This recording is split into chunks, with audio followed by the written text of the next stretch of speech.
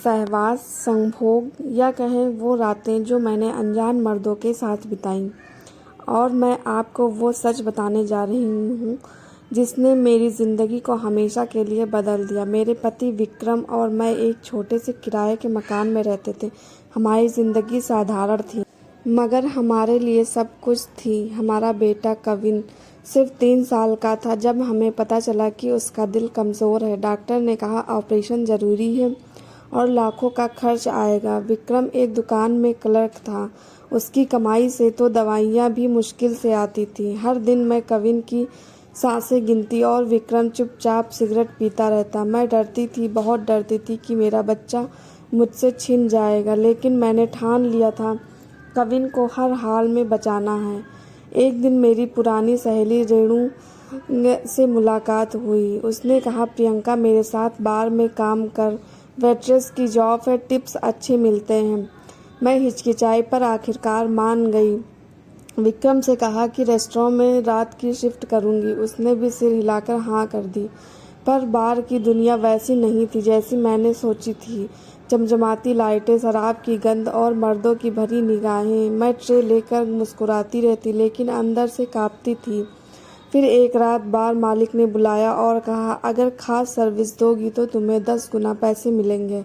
मैं समझ गई वो क्या चाहता है। पहले मना किया, लेकिन फिर घर आई, कविन की सांसें सुनी। उसका नन्हा शरीर मेरी बाहों में था और मैं टूट गई। अगली रात मैंने हाँ कह दिया।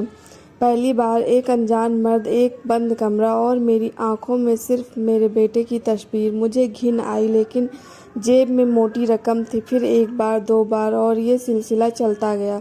कविन का इलाज शुरू हो गया। घर में पैसे थे। विक्रम खुश था, लेकिन उसके सवाल बढ़ने लगे। प्रियंका तू इतनी देर रात कहाँ रहती है? चेहरा बदला बदला क्यों लगता है?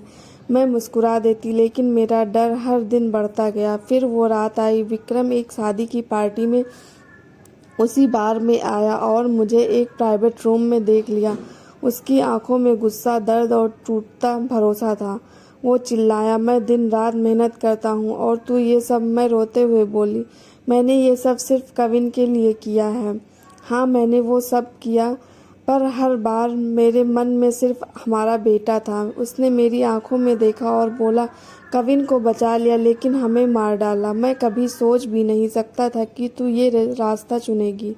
वो चला गया, मैं उसे रोक नहीं पाई। अगले दिन अस्पताल में डॉक्टर ने कहा सर्जरी सफल रही है, आपका बेटा ठीक हो जाएगा। मैंने कविन का माथा चूमा, मगर मेरे दिल में अजीब सा खालीपन था। घर लौटी तो विक्रम जा चुका था। टेबल पर सिर्फ एक चिट्ठी रखी थी, तू माँ बनकर जीत गई पर बीवी बनकर हार गई, अलविदा।